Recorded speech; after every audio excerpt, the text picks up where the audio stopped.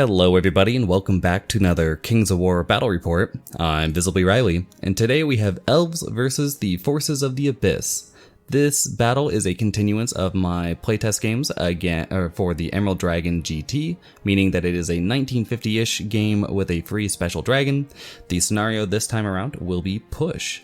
So first off, we have my opponent's army, which opens with 2 regiments of fleshlings, a troop of gargoyles, a horde of lower abyssals with the healing brew and 2-handed weapons, a regiment of succubi lurkers with the brew of strength, a horde of tortured souls with blessing of the gods, 2 hordes of despoilers, one of whom has the brew of sharpness and the other the potion of the caterpillar, an abyssal warlock with Banechant 2, Blizzard 2, and inspiring talisman, and finally the Well of Souls.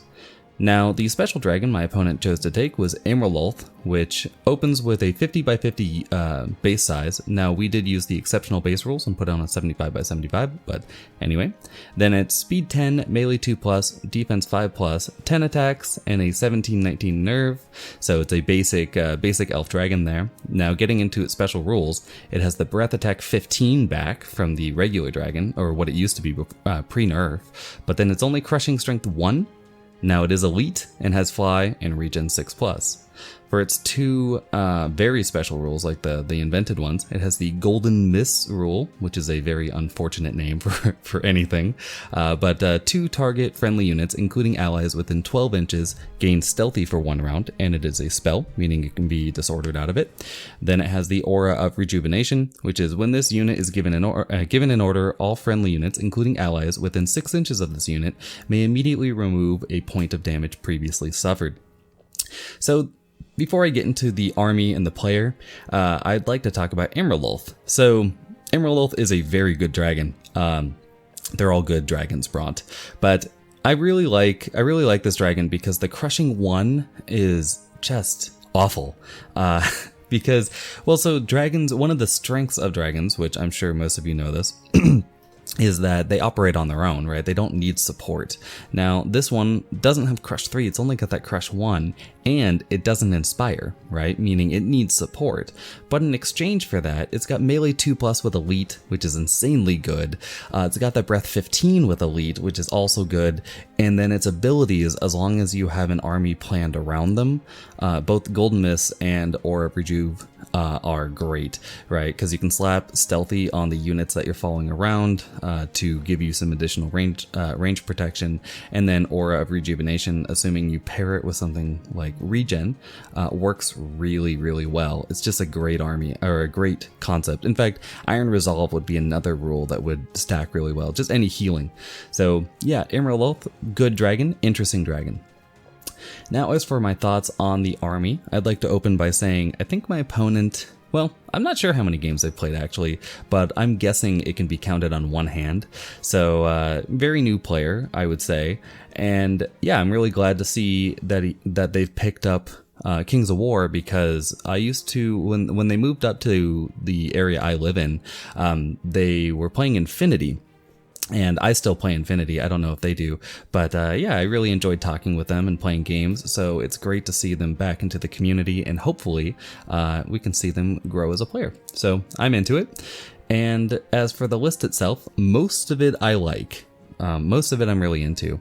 The only thing I wouldn't bring that at all is the Horde of Tortured Souls. I think Tortured Souls are good as regiments. I think the Horde is, well, it's basically worthless in my opinion, just because the internal balance on them is so bad compared to like Heliquins, for example. So yeah, I would just never bring that unit. So I'd probably take the Tortured Souls and put them into the Tortured Trash, and take a regiment of Heliquins, since my opponent does not need the unlocks. You lose 1 unit strength, but you gain a significantly better unit. Or you could take the Tortured Souls out and the Brew of Sharpness out. I think you have to drop the brew either way to get the Heliquins, because I think they're like 235-ish, or 275-ish, maybe. But yeah, you take out the Brew of Sharpness as well, and you can get an Archfiend. So if you want a flyer, bring an Archfiend. If you want another combat block, bring Heliquins. So that is my really the only note I have on the army.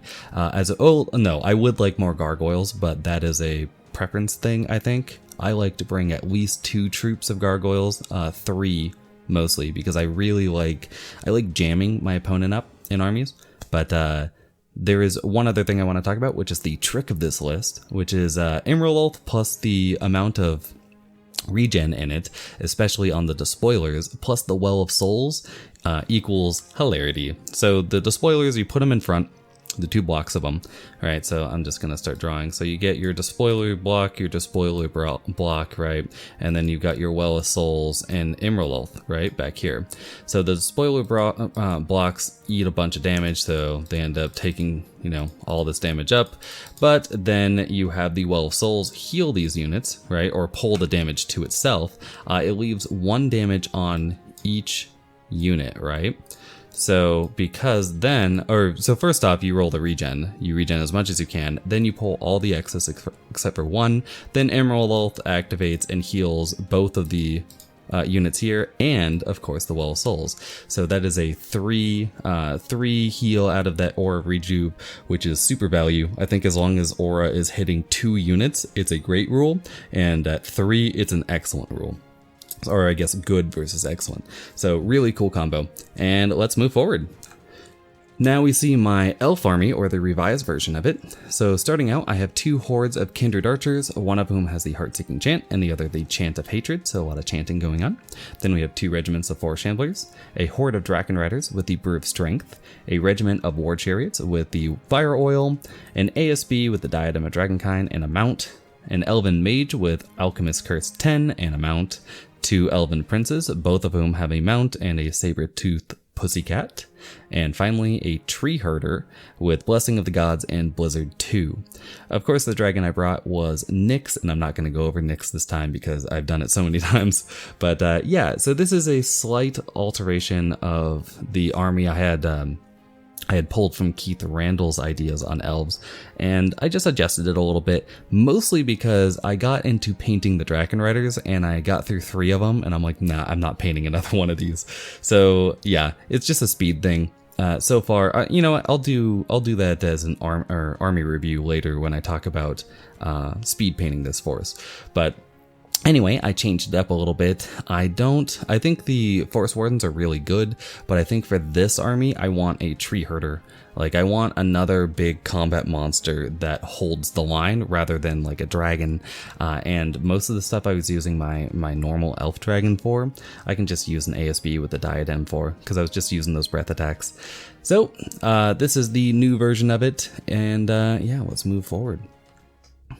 Now here we see the table. Let's talk about the terrain really quick. So in the bottom right, we have a height 6 forest. Towards the center, we have a height 4 obstacle. Right below it, a height flat water feature in my terrain. To the left of that, we have a height 1 obstacle attached to a height 2 hill. Right above that, another height flat water feature. To the right of that, we have another height 6 forest, and finally we have a height 1 obstacle attached to a height 2 hill. So this is a very basic table. Actually, you know, it's just like pips on a die, right? So you get, oh, look at it go. I used to see a lot of this when I played War Machine. If you want a bit of advice as you know, for designing tables, always look at your tables from the corner out, right? That way you can build a more interesting looking table. It doesn't look like this, which is just, here are the lines of terrain, right? So instead the lines go this way, which makes it a bit more interesting for your eye. And then on top of it, you can then adjust it a little bit to get those line of sights you want. But anyway, I obviously did not build this table. So yeah, let's talk about push real quick. So push is a very simple scenario, and all I can think of is that John Mulaney new in town joke. But anyway, so push is an interesting scenario where you get D3 loot tokens per player, with 1 loot token placed in the dead center of the table. Now, last year's Emerald Dragon GT was played using blackjack rules. I'm not sure if this one is, but we just played it as blackjack anyway, just in case, meaning that you always get 3 loot counters. You do not roll. So each player has 3 loot counters. There's 1 in the dead center of the table. You get 1 VP per loot counter you control at the end of the game that's on your side of the table. So for me, right on over here. And then you get 2 VP for holding it in your opponent's side of the table, or if the unit holding it is wholly within the opponent's side. So that is obviously over there. So it's a pretty simple scenario. Let's move on to the list. Or I guess another picture. Oh, this is Vanguard. So yeah, I vanguarded forward, world's smallest tree herder today, but yeah, vanguard forward. And let's go into, yeah, here we go. So here's the Abyssal army. There are some interesting model choices, but the list was written like right there. So, you know, I'm not too upset about it. These new corn models are gorgeous, by the way. Anyway, so first off, we have the Horde of Tortured Souls with the Blessing of the Gods. To the right of that, we have the Regiment of Succubi Lurkers with the Brew of Strength. Then right here, we have the first Horde of Despoilers. I believe this is the one. Yeah, this is the one with Brew of Sharpness. Right behind it, this giant, is this just a Berserker head? That is uninspired, Games Workshop. But anyway, that is the Well of Souls. Then right in front of it, we have the second Horde of Despoilers with the Caterpillar Potion. This big old Bloodthirster model that is Imraloth today. Back here, this little guy that is my opponent's Warlock. Right in front of it is the Horde of Lower Abyssals with the two-handed upgrade and healing potion. And then these two regiments these are War Machine Drudges, in case you're wondering. These are the Fleshlings, and I think that these look really good. In terms of, like, I think these bell helms really work for the Khorne aesthetic. You can see it in the what are they called, like war golems or something in the new Warcry game. The only thing that doesn't work are these cephalics in the units, and I think that if you just pop these out for I think Age of Sigmar has like these whip Khorne guys, just pop those in there and I think these will look really good. But anyway, and finally, these guys right here, these are the Gargoyles today. So that is it for the Abyssals. Let's take a look at the Elves. So first off, we have the Horde of Draken Riders with the Brew of Strength. Right here is my ASB with Diadem. And then I have the first Horde of Archers. This is obviously the one with, what is it called? Chant of Hatred. Yeah, they've got Vicious. They are Dark Elf models. So I put all 3 loot counters onto this unit, as you do. Then I've got the Regiment of Chariots with the Fire Oil, the first Prince with Cat right next to him. Then we've got Nyx right here in this bit of water. Right next to that, we've got the second Horde of Archers with the Heart-Seeking. Then behind them, the second Prince. You can just see the tail right there. And then we've got the Mage on mount with Alchemist's Curse, of course. And finally, this is a terrible picture of where the Shamblers end up after their advance. So moving forward on to turn 1. Elves win the roll-off, I believe, here, and choose to go first, just because I wanted to get some damage out quickly. So first off, I don't really move my shambling units at all, or not my shambling units, well, they are shambling, but the Vanguard units don't advance forward. I don't need my opponent trapped. They've put all 3 loot counters onto their lower abyssals, as you do, so I don't really need to push forward too far right now. I don't care if my opponent swings around, just because I have so many bows and Nyx to wind blast them backwards, so I'm not super interested. I do move forward a little bit with the rest of the army though, with these archers just moving to get these guys into range. Nyx moving to this point to make sure that this unit is within range of the wind blast. I believe this unit as well, but they can only charge 14, and then I'm out of charge range of both the what is this thing called? The Well of Souls, sorry about that. Yeah, the Well of Souls is out of range, and then Emerald is behind a forest, so no charging. I move all my horse people right behind this obstacle, as I like to rotate around obstacles in the center of the table. It's just really good, especially with individuals. So I put my wizard in the dead center of the table just so I can project threat out. If they move forward with any of these heavy hitters, I can really punish with that Alchemist's Curse. And then I've got both my princes on this side of the table because I'm just looking to slow this down a little bit, or maybe mess around if these decide to swing center real quickly. Again, I don't really care about this side of the table just yet. I think that I can hold them off with the Shamblers, at least for that one pivotal turn, and maybe even pop them with the archers. So that's the plan. I move forward with the chariots a little bit to make sure that all these units are within range, including the warlock if I choose to shoot there on 6s. And finally, well, not finally, but I move forward with the archers just a bit, again, to make sure that these units are within range. The Draken Riders are unfettered by anything, so they can just sort of move forward. The Gargoyles can charge them, but that one assumes that they're alive. They probably will be, because I don't have that much. I only have the chariots that can shoot at them, but they can charge into my dragons, and my dragons can just take a turn off killing gargoyles. There's no real threat after that, right? Because if my opponent swings in to try to kill the dragons after I do this, I will have some pretty heavy units, right? So I've got the, well, not the heaviest, but I've got the chariots, the shamblers, and then the herder ready to countercharge up, and I also have both the princes ready to jam. So yep, that's the idea. And moving forward, here is the action shot, and here's the end of the turn. So starting on the left, I decided to take my archers. I think that, yeah. Oh yeah. So the archers shot into this unit here. They didn't do too well, or maybe they did. I think they actually did. Yeah, so the archers did. Yeah, no, that's right. Sorry about that. The archers did pretty well. They did 4 wounds, I want to say, which is hard on 5s and 4s, even with elite. So pretty good. And then Nyx decides to sort of not do too well here. So I get a good wind blast. I think I get like 6-ish hits, but I only do 1 wound. This die has not been turned over just yet. But and the 6-ish hits would be great for wind blast, but of course my opponent has blocked the pushback, so not going anywhere. So that's okay. I then take my blizzard and no, that cannot be right. I must have done 4 wounds here and then shot here for 1.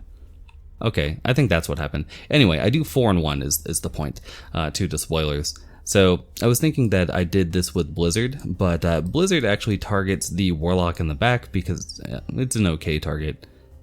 But in the end, I miss with both shots, and then these archers do 6 wounds to these fleshlings. In fact, I might have blizzard the fleshlings as well. But anyway, I shoot into the fleshlings, do 6 wounds on 5s. 5s and 4s with reroll 1s on both hit and wound, so that's a pretty good roll there. So sort of reversing the fortune from last week's game, or yeah, last week. So that's pretty cool. Then the chariots fire off.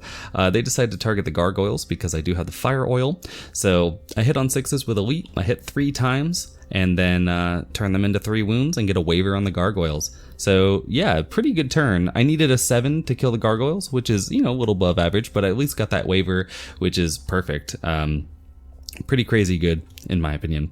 And we move forward to turn 1 for the Abyssals. So the Abyssals just sort of meander forward a little bit. You see the Succubi Lurkers are just rolling up through the difficult terrain here. They're making sure to stay at least 50% in because they do have stealthy they have stealthy, and then if I shoot here, they'll have cover. So 6s to hit for elves, even if they don't move. So pretty cool. The spoilers are getting ranged a little bit here. I'm not sure why my opponent didn't just push a lot harder, because they're only speed 7, and my army is just going to back up, right? So I don't know. Maybe that's the point. Maybe the idea is, well, he's just going to back up, so why push all the way forward? But at that point, I probably faced a bit more towards the center. So anyway, Imraloth. So this little combo goes off with the spoilers rolling their regen. The one with 1 wound does not regen, but it doesn't matter. And then the one with 4 wounds regens 1 of them. Then Imraloth goes and is just out of... Oh no, sorry. Imraloth is out of 6 of this unit. So the Well goes next, pulls all 3 wounds to itself. Then Imraloth goes and heals both of these units. So the Well of Souls is on 2 wounds, but everyone else is fully healed. So it's a pretty good combo. The 6 wound fleshlings, I didn't even waiver them. So, I mean, I need an 8 to waiver them, but I didn't waiver them. So they move forward along with these fleshlings, just moving forward to jam me up. It's not that relevant, or I guess tar pit in this case. It's not that relevant because they're tar pitting my chaff. And I think I actually win this fight if nothing else happens. So whatever. And this is where I want to be anyway, to stop these despoilers from being able to cross. So only helpful to me, I think. Then we've got the gargoyles just sort of sitting still. I think after this picture is taken, they move over here and just reform, trying to drag the Draken Riders out of the game. So I'll be somewhere over here. So yeah, pretty good move.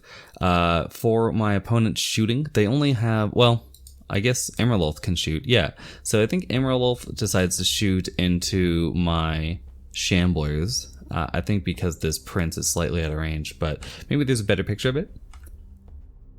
Yeah, so Emerald did decide to shoot into my Shamblers. Does 0 wounds, so you know, not that surprising. Oh, also the Tortured Souls just sort of ran over here. You know, again, they're shambling flyers, so they don't go that fast. With finally the Blizzard from the Abyssal Warlock decides to shoot into my archers. It gets a pretty good spike roll here, where you know, hits once, converts it to 6 hits, and then ends up doing 3 wounds. So it's a pretty good roll. So I'll take it, or I would if I were the Abyssal player. I don't really like it as the Elf player, but again, no boxcar, so we move forward. Turn 2.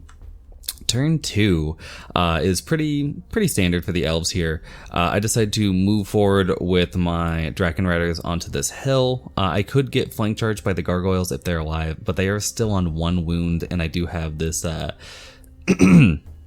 breath attack ready to finish them up. So hopefully I finish them, and if I don't really care about getting flank charged by Gargoyles, because I am out of 10 inches from the leader point of the lower Abyssals. So at worst, I don't kill these, whatever, the Fleshlings, and I get front charged by Fleshlings and flank charged by Gargoyles. Yeah, whatever. So yeah, move on to the hill there. I guess Emerald could also front charge me, but again, whatever. It's only crush 1, so I don't really care. I decide to sit still with the archers. Both of them have decent targets now, as well as my chariots here, because again, I just want to shoot.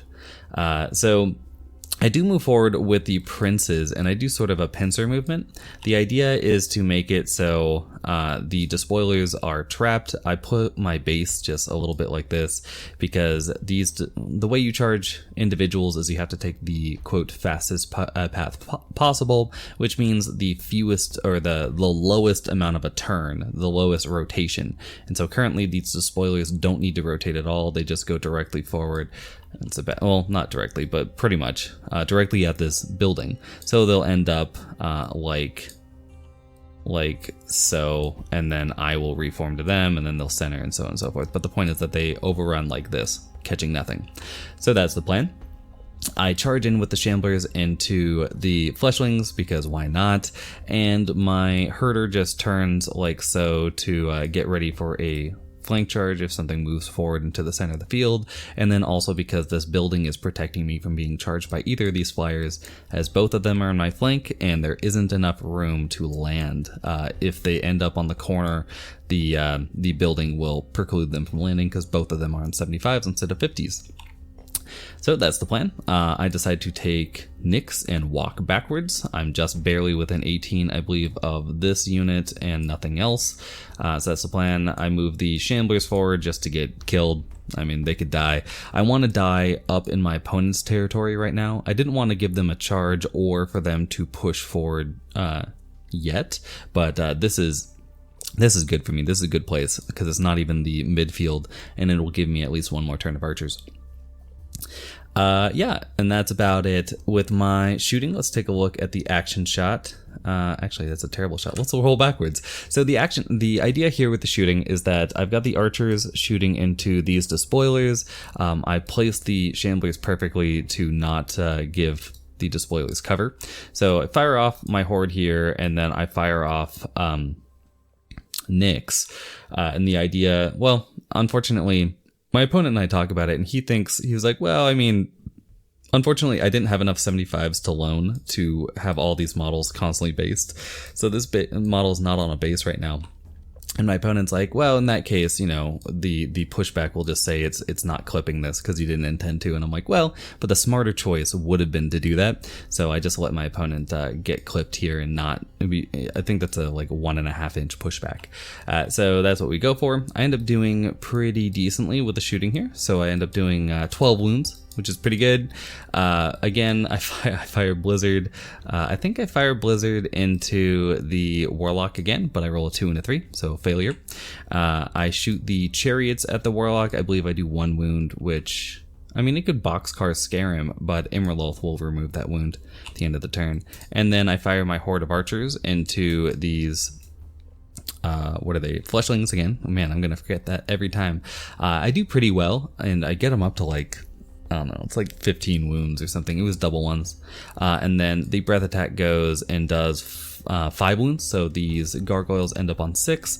And finally, the cool move I do here is when I move both these princes up, not only are they blocking out my opponent, they're jamming him.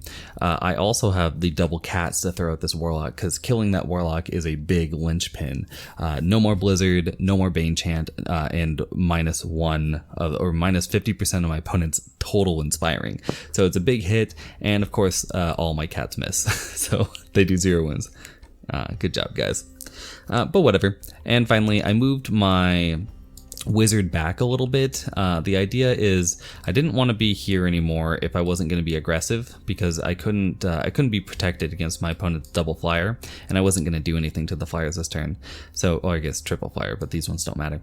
And so instead I come backwards just to cast my heal 3 onto these archers and wait for another turn to move out an Alchemist Curse. And that's the plan. Let's see how it plays out. And here is the end of the turn. So you can see, yeah, I put them on 15 wounds. So these guys are obliterated. The gargoyles also killed off. And then yeah, you can see, oh, it looks like I did 2 wounds to it. So one of the cats must have done 1 wound. I know it doesn't multiply into anything. So yeah, it got 2 wounds onto that spoiler. So take that. And then I do end up getting 12 wounds onto these guys. Well, I guess these are the despoilers. That's a warlock. So the despoilers take 12 wounds. They are 16, 18, so not the easiest to kill off. And I roll a 5 for the kill. So unfortunately, they're just wavered. I think that was on the reroll though, because the well is inspiring, of course. So they're wavered, but all those wounds are going to be gone, which is unfortunate. I haven't yet done the combat here. I had forgotten by the time I'd taken this picture, but in the fight I do like one wound maybe. It's not particularly great. So a bit of a mixed bag turn, but still my dice are very hot, or on the hot side of things, so that's always good. And moving forward onto Abyssal's turn 2. First off on the left, you can see both these units swing around to kill off my Shamblers and hopefully get around to my Archers. The Tortured Souls you can't see, but they have swung around to basically be on the hill and looking to the flank of the Archers within 20. My opponent goes for a pretty cool attack here, which is first off, the regen goes pretty well for my opponent, and regens down to 7, so that'll be regen 7, I want to say. So how many wounds does that unit have? 12? Okay, so down to 7, so regen 5.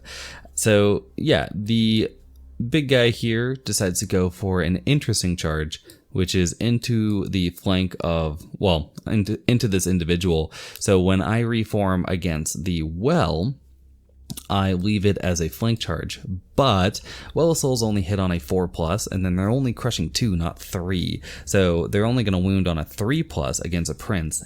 And on top of this, my opponent just barely, the difference between where the prince is and where the woods are is slightly under 75. So again, being on 75 sometimes helps, sometimes hurts. So ends up being a hindered charge, but if it goes well, it'll be into the flank of these Shamblers and they will be doomed. Imraloth decides then to charge into these Chariots. Not the best idea, because it's just an easy countercharge from the herder and it's unlikely to kill them. But if it works, you could get a decent overrun, and then this is a bad place for me. It's bad news bears, but we'll see about that. The lower Abyssals, because their fleshling compatriots are gone, decide to charge into my prince here.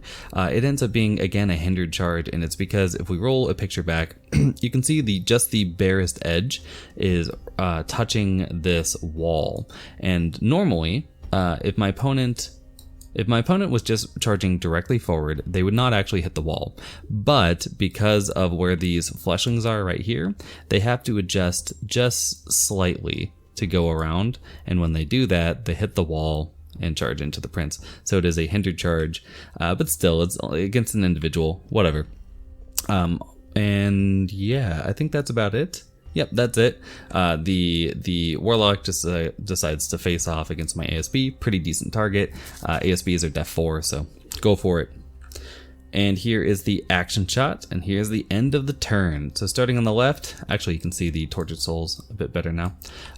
You can see the Shamblers are dead. My opponent decides to not move forward or reform because he realizes that, you know, to reform, one of the units either has to go forward or go backwards, or the unit can go at the full, you know, full 90 pivot. So I would have probably gone for the full 90 pivot with the despoilers because, Nyx still would have been in the front, and these archers could flank charge him, but they are also in the water, so it'd be hindered. So 40 attacks on 6s, not the best. And then these lovely ladies here can just charge into the archers and kill them. So that would have been what I would have done, but my opponent decides against it and decides to just keep their frontage there. So, I mean, they are within charge range easy of the archers, and getting 3 units onto the archers is better than 2 because Nyx could always push one out. So that's the plan. Yeah, here's where the bad things happen though, which is, first off, we've got the big head of corn, the Well of Souls, going into this prince, only managing 2 wounds. So the life leech fires down to 5 wounds, but it's not enough to bunch through it, not enough even to waver it. So that's super unfortunate. I think the fleshlings did 1 wound to these to the Shamblers, something like that. 1 or 2 wounds, not enough to kill him off just yet. And then we've got Emerald going into the chariots. Actually does very well, managing 7 wounds against the chariots, but still, I guess it's still well, but it's not, you know, as good as it could have been, because it's 10 attacks on 2s, rerolling 1s, and then it's only wounding me on 3s though. So 7's pretty solid, and manages a waiver for its efforts. So could have got the kill there, which would have been nice, and got that overrun.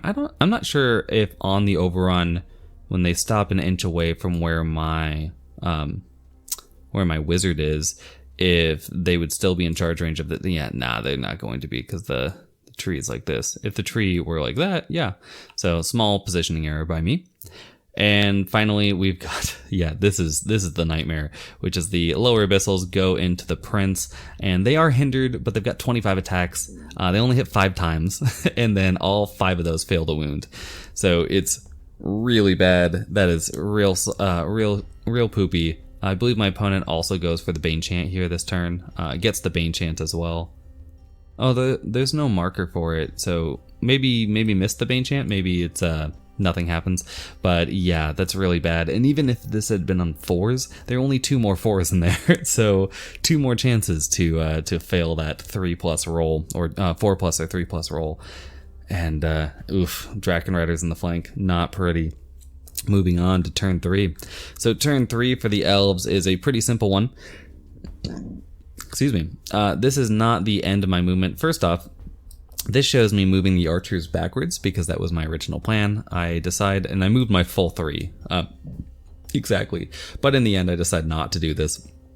And you'll see me move them forward. I end up just moving them forward and pivoting them in the water to get some shots onto the Tortured Souls, because this prince can actually, right now it's countercharged, or not countercharged, but charged into the flank of the fleshlings, but instead it decides to just walk a narrow path just like this, an inch away from these units, and then so that's the individual turn, you know, just a full 180, and then do the 90 pivot here, right, and end up right about here with these units. And because they're butt against each other like that, they can't actually go anywhere.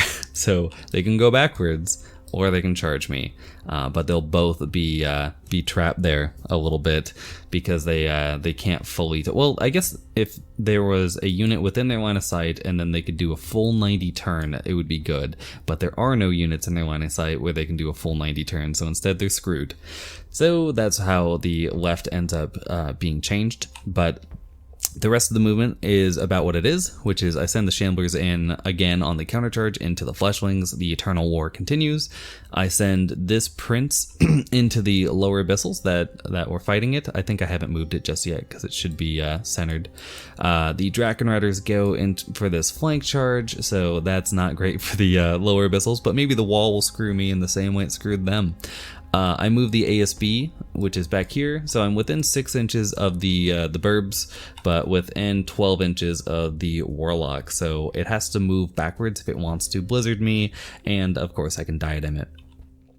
Imralolth does not get countercharged by the Chariots because they are wavered, but I do have this Tree Herder on a flank charge into it, so 14 attacks there, pretty good. And I decide to move my loot elves forward a little bit because I need to get as many shots into the Well of Souls right now as possible. I really want to pop it before things get out of hand. So I sidestep with Nyx here as a shot. Nyx also as a shot onto these guys if I want, but now that they're locked up against a Prince, I probably won't do that. And then I've got the archers here, and of course the Alchemist Curse. So that's the plan. Let's see how it plays out. Here's the action shot, again showing nothing about how the turn's going to turn out. But yeah, first off, we've got Imralolth getting boxcard off the table. Let's take a look. So yeah, our Imralolth here, I get the countercharge with my Tree Herder. I don't do terribly well. I believe I only managed 7 wounds, but I get that boxcar, and because I managed to kill off the Well of Souls here beforehand, there's just no inspiring anywhere near it, so boxcar kills it. Easy game, good dice, just every time, right? 100%. I do kill off the aforementioned Well of Souls, and it takes pretty much everything I've got. I believe... No, it doesn't quite take everything. I fire off the Wizard and Nyx into it, and again, roll pretty well, push it into the woods here, and then I fire the archers in. And my original thought was, oh man, I made a huge mistake because originally... roll back. So the Well of Souls is like this, right? And I'm like, yeah, these archers can just shoot right on over all these height 1 models and get the shot. But you can't quite see it that clearly, but my own Shamblers, I've been hoisted by my own Shamblars, are giving it cover. So pushing it with Nyx first is not the biggest mistake in the end. So moving forward. Yes, it is dead now, so bleh. And then the Draken Riders just roll insanely well. They've got 36 attacks, but it's only on 4s with Elite, and I end up hitting like 40 times. There's 40 times out of 36. Yep, that's just good math, guys. But I hit a lot. I end up doing 20 wounds with the Drakens alone, so I hit at least 20 times. And just punch right through them. So don't even get to roll my Prince. Kill them off, get all their loot tokens onto the Drakens, who decide to fall back D3 onto the wall. And that's that. So things are not looking great for the Abyssals, but let's see what they can do. So turn 4, it looks like I skipped this a little bit. So let's talk about what the Abyssals do. You can see that my Prince is now correctly placed. Oh, I forgot to talk about these archers shoot into the Tortured Souls. They manage 8 wounds because my dice are hot. So I do 8 wounds here. I need a 9 to kill them, and I roll an 8. So yeah, it would have been... I think that would have just been lights out there, as my opponent's reduced to pretty much just the despoilers if that happens. But on their turn, the Tortured Souls get an easy charge into my archers. Both the Succubi Lurkers and these despoilers charge into my Prince. These despoilers just come around a little bit, finally coming around into the center of the table, but I think it's a little too late. But we'll see what they can do. The Fleshwings countercharge into my trees because my trees have done like 3 damage to them. So not rolling too well with the trees, but everything else is dynamite. So yeah, just getting the countercharge there. And then this wizard, I believe, just walks away from the game. Or maybe walks into these trees. I can't remember which, but you'll see on my turn for what they do. So going for the blizzard shot, I believe, onto my ASB. or maybe onto the archers. Either way, it doesn't matter. Oh, no, I remember now.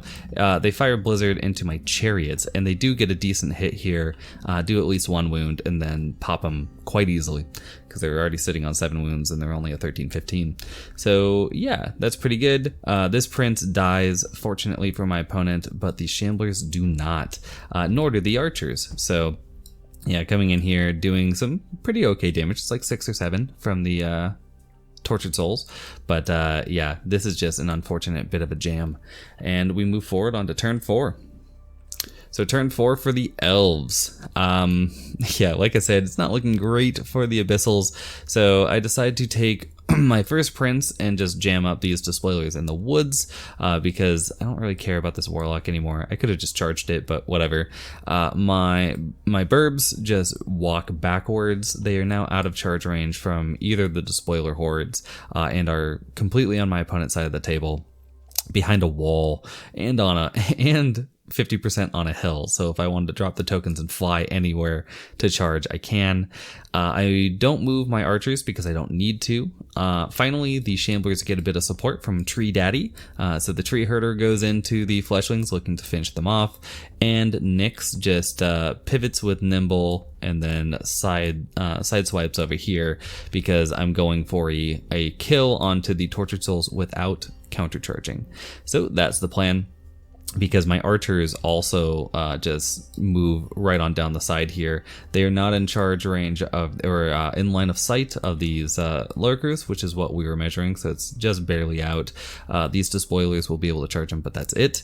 So yeah, fire Alchemist Curse into them, do okay with that damage, but then Nyx fires in and gets them to I think a 4 or 5 to kill, because they do heal 2 with their life leech, right? So that's 6 wounds.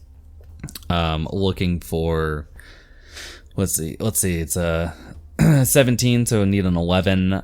So looking for at least 9 wounds between these 2 units to get it to a good number, but I think I do like 6 or 7 wounds, so I do get it to a good number, but not double ones. So yeah, kill these right off, and then I finally do kill off the fleshings as well.